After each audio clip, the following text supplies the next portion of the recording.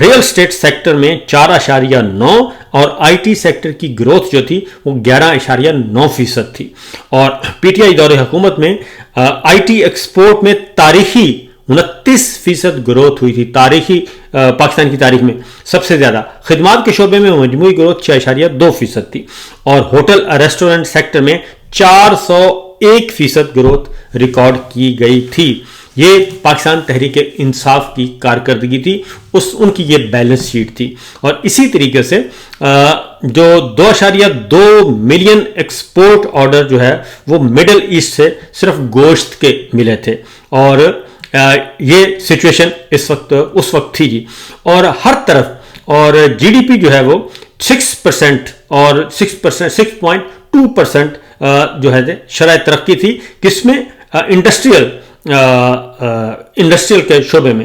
اور یہ سارے کا سارا معاملہ چل رہا تھا اور ہر چیز ریکارڈ اضافے کے ساتھ. مارچ 2022 کی یہ بیلنس شیٹ ہے جب ان کو ہٹایا گیا. لیکن اب جو ہے اور جو پاکستان کی اکنامک سائز ہے وہ جمپ کر کے $383 بلین تک پہنچ چکا تھا. تو لیکن سوال یہ پیدا ہوتا ہے کہ پھر یہ سارا کچھ الٹا دیا گیا اور الٹانے کے بعد آپ نے ستیہ ناش کر دیا. صرف فونز جو پاکستان نے جو پروڈیوس کیے فون 7.16 ملین فونز جو ہیں وہ پہلے 3 مہینوں میں جنوری، فروری اور مارچ 2022 میں پروڈیوس کیے گئے تھے. یہ اس وقت کی سچویشن تھی. یہ ہلکی سی میں آپ کو بتا رہا ہوں. پاکستان ایکسپورٹس نے جمپ کر کے 33% اضافہ ہوا اور 4 ٹریلین 9 مہینوں میں یہ اس کی کارکردگی رپورٹ تھی. تو لیکن اس کے بعد جو ہوا وہ ہم سب نے دیکھا. اور پاکستان کا ہائیسٹ ٹیکسٹائل ایکسپورٹ بھی پہنچا ہوا تھا جی پاکستان کی تاریخ میں. تو یہ سچویشن اس وقت تھی. لیکن آج کی صورتحال اگر آپ دیکھیں تو آپ حیران ہوں گے کہ کوئی ایک شعبہ بھی ایسا نہیں. موسٹلی تو وہ ہیں جو انہوں نے خود پچھلے سال جو ہدف رکھا تھا وہ ہدف بھی حاصل نہیں ہو سکا اور اس سے بھی بری حالت ہے. ایک رپورٹ میرے سامنے ہے اقتصادی سروے کے مطابق کہ اس سال 7,27,000 سے زائد افراد روزگار کے لیے بیرون ملک چلے گئے کیونکہ پاکستان میں ان کے لیے حالات خراب ہو گئے تھے. اور رپورٹ کے مطابق سب سے زیادہ سعودی عرب میں 62% لوگ گئے، 4,52,000 سعودی عرب گئے.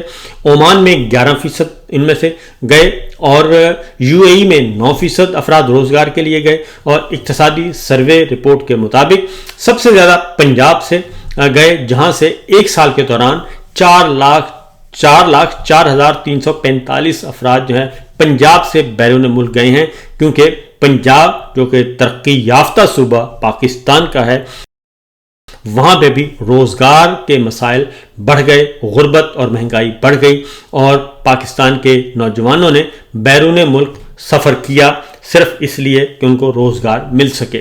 تو 4 لاکھ سے زیادہ لوگ جو ہیں وہ بیرون ملک گئے. صورتحال اس وقت یہ ہے کہ 4 لاکھ کے اور خیبر پختونخوا سے بیرون ملک جانے والوں کی تعداد 1,87,000 تھی. سندھ سے 60,424 افراد گئے. بلوچستان سے جانے والوں کی تعداد 5,668 تھی. اور ایک سال میں وفاقی دارالحکومت سے 8,621 ورکرز جو ہیں بیرون ملک گئے. قبائلی علاقوں سے 29,937 افراد بیرون ملک گئے. اور اسی طریقے سے شمالی علاقہ جا سے کشمیر سے بھی لوگ باہر گئے. تو یہ سچویشن اس وقت چل رہی ہے اور یہ معاملہ اس وقت چل رہا ہے. یہ ہے نوجوانوں کی حالت زاری. اس کے بعد ہے جی اگر کمپیریزن کیا جائے تو گندم کی قیمت 20 کلو کا آٹا جو ہے وہ 1,167 روپے کا ملتا تھا جو آج 1,750 روپے کا ہے. اور شہری بھی پریشان اور کسان بھی پریشان. زراعت کا میں کافی تفصیل کے ساتھ آپ کو بتا چکا ہوں کہ زراعت کے شعبے میں 4,400 ارب مجموعی طور پر ہم نے زراعت کے شعبے میں گنوا دیا اور ہماری زراعت کا بھٹا بٹھا دیا گیا ہے.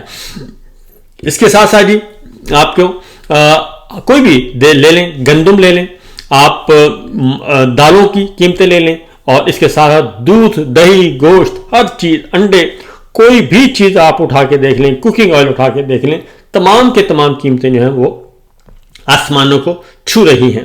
یہ صورتحال جو ہے اس وقت چل رہی ہے۔ دوسری جانب جس صوبے کو کہا جاتا ہے کہ یہ گنوار ہے اور جس کی ساری قیادت کو، لیڈرشپ کو جیلوں میں ڈالا ہوا ہے اور رجیم چینج آپریشن کیا گیا تھا، اس جماعت کی پی ٹی آئی کی حکومت ہے خیبر پختونخوا میں۔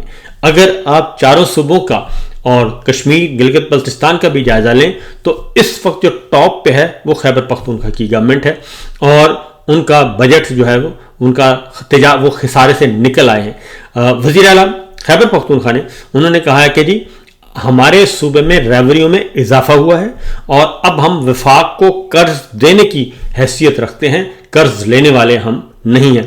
انہوں نے چند باتیں جو بتائیں، انہوں نے کہا جی کہ ہمارے روزگار کے پہلے جو پروجیکٹ چل رہے ہیں جن میں لوگوں کو بلا سود قرضہ دے کر اپنے پاؤں پر کھڑا کر رہے ہیں، اور اس پہ ہیومن ڈیولپمنٹ پہ بھی ہمارا فوکس ہے، جبکہ وفاقی سطح پہ جو ہیومن ڈیولپمنٹ ہے وہ بھی نیگیٹو رہی ہے، وہ بھی منفی میں ہے، پازیٹیو میں نہیں ہے۔ وزیر اعلیٰ نے کہا کہ صحت اور تعلیم پہ ہم فوکس کر رہے ہیں، اور اس کے ساتھ ساتھ جو ہماری معاشی ترقی کی رفتار ہے وہ ہم سے توقعات سے بڑھ کر ہے، اور جو این ایف سی جو بہت ضروری ہے، اور 15 سال سے این ایف سی ایوارڈ ابھی تک نہیں دیا گیا۔ اور علی امین گنڈا پور نے کہا کہ 50 ارب تک کا قرضہ ہم نے پچھلے سال میں اتارا ہے، 50 ارب قرضہ پچھلے سال اتارا ہے، اور 1 روپیہ بھی مزید قرض نہیں لیا، جبکہ اس وقت ہم نے اکاؤنٹ میں صرف قرض اتارنے کے لیے 150 ارب رکھے ہوئے ہیں۔ تو یہ وہ صورتحال ہے جناب کہ جن کو یہ کہتے ہیں کہ یہ گنوار ہیں، یہ اس صوبے کی حالت اتنی اچھی جا رہی ہے۔ اب ذرا آپ کو کچھ ایکسپرٹس جو ہیں وہ کیا کہتے ہیں۔ شبر زیدی صاحب وہ کہتے ہیں کہ پاکستان کی معیشت کو سب سے بڑا خطرہ باہر سے نہیں بلکہ اندر سے ہے۔ پاکستان کی آدھی سے زیادہ معیشت انڈاکومنٹڈ ہے، جہاں کیش، جعلی انوائسنگ، سمگلنگ اور ریل اسٹیٹ میں بلیک منی کا راج ہے۔ اور انہوں نے کہا کہ جب انہوں نے ریفارمز کرنے کی کوشش کی، جب عمران خان صاحب نے ان کو یہ ذمہ داری دی تو جنرل باجوہ صاحب کی طرف سے بار بار ہرڈلز کھڑی کی جاتی تھیں اور کہا جاتا تھا کہ جناب آپ ملک کو چلنے دیں، کیونکہ آہستہ آہستہ آگے بڑھے گا، اگر آپ زیادہ سختی کریں گے تو پھر یہ حالات خراب ہو جائیں گے، حالات نکل جائیں گے۔ یہ سچویشن جو ہے جناب، صورتحال اس وقت کی یہ ہے اکانومی کے بارے میں۔ تو یہ معیشت کو ہی بنیاد بنایا گیا تھا، اور اس وقت ہماری معیشت ہر شعبے میں یہ جو رجیم ہے، امپورٹڈ سرکار سے لے کے جعلی سرکار، الیکشن چوری تک، یہ اب تک کی ان کی کارکردگی رپورٹ ہے۔ اب میں پوچھتا ہوں اپنے فوجی بھائیوں سے، فوجی قیادت سے، کہ ان کو کیا ملا اس ساری صورتحال میں، اور پاکستان کی معیشت تباہ کر دی، صنعتی ترقی تباہ کر دی، زرعی ترقی کا تباہ کر دی، سب کچھ تباہ کرنے کے بعد ان کو کیا ملا، سوائے اس کے کہ وہ لوگ، وہ ملزمان، وہ مجرمان جو عدالتوں سے جن کے مقدمات تھے، جنہیں سزا ہونی تھی، اور ہمیشہ کے لیے پاکستان کے سسٹم سے اس گند نے صاف ہو جانا تھا، ہماری فوجی قیادت کو کیا ملا کہ اس دوبارہ سارے کے سارے گند کو مسلط کر دیا گیا، اس سسٹم میں لا کے کھڑا کر دیا گیا، اور ان کو دوبارہ سہارا دیا گیا۔ یہ سارا کچھ کیوں کیا گیا؟ میرا خیال ہے کہ اپنا وہ محاسبہ کریں اور اپنے آپ سے پوچھیں کہ انہیں کتنے نفلوں کا ثواب ہوا۔ اگر جواب مل جائے تو ضرور بتانا چاہیے۔ تو اس کے ساتھ ساتھ جی ایک عمران خان صاحب سے متعلق خبر وہ ضرور شیئر کر لیتے ہیں، کیونکہ اس وقت عالمی ذرائع ابلاغ میں یہ خبر گردش کر رہی ہے، اور بلاول بھٹو صاحب نے ایک انٹرویو دیا اور انٹرنیشنل میڈیا کو، اور ان سے پوچھا گیا، عمران خان صاحب سے پوچھا گیا، بلاول بھٹو صاحب سے پوچھا گیا کہ عمران خان کو 14 سال قید کی سزا ہوئی ہے، اور یہ کہا جا رہا ہے کہ 11 جون کو ان کی ضمانت ہو جائے گی۔ اینکر نے سوال پوچھا تو بلاول بھٹو صاحب نے کہا کہ مجھے علم نہیں ہے اس بات کا، پاکستان میں عدالتوں کا ایک پروسیس ہے، اور اگر عدالت یہ سمجھتی ہے کہ عمران خان ضمانت کے حقدار ہیں تو ضمانت ہو جانی چاہیے، اور ہم ان کی ضمانت کی حمایت کریں گے، اور ضمانت ان کا حق ہے، اور پیپلز پارٹی یا بلاول بھٹو نے کہا کہ میں خود جو ہے وہ ان کی ضمانت پر رہائی کو چیلنج نہیں کروں گا۔ تو سوال یہ پیدا ہوتا ہے بلاول بھٹو صاحب کہ بھائی آپ، یہ تو معاملہ ہے عمران خان کے درمیان اور عدالت کے درمیان، اور ایک طرف نیب ہے اور دوسری طرف عدالت ہے، ایک طرف فیلڈ مارشل ہیں اور دوسری طرف عمران خان صاحب ہیں، اور یہ سارے کا سارا سسٹم تو ادھر ہے. تو بلاول بھٹو صاحب نے کس حیثیت میں یا کس لیے یہ بات کہی ہے کہ جناب میں یہ چیلنج نہیں کروں گا یا پیپلز پارٹی چیلنج نہیں کرے گی، یہ بات مجھے سمجھ نہیں آئی.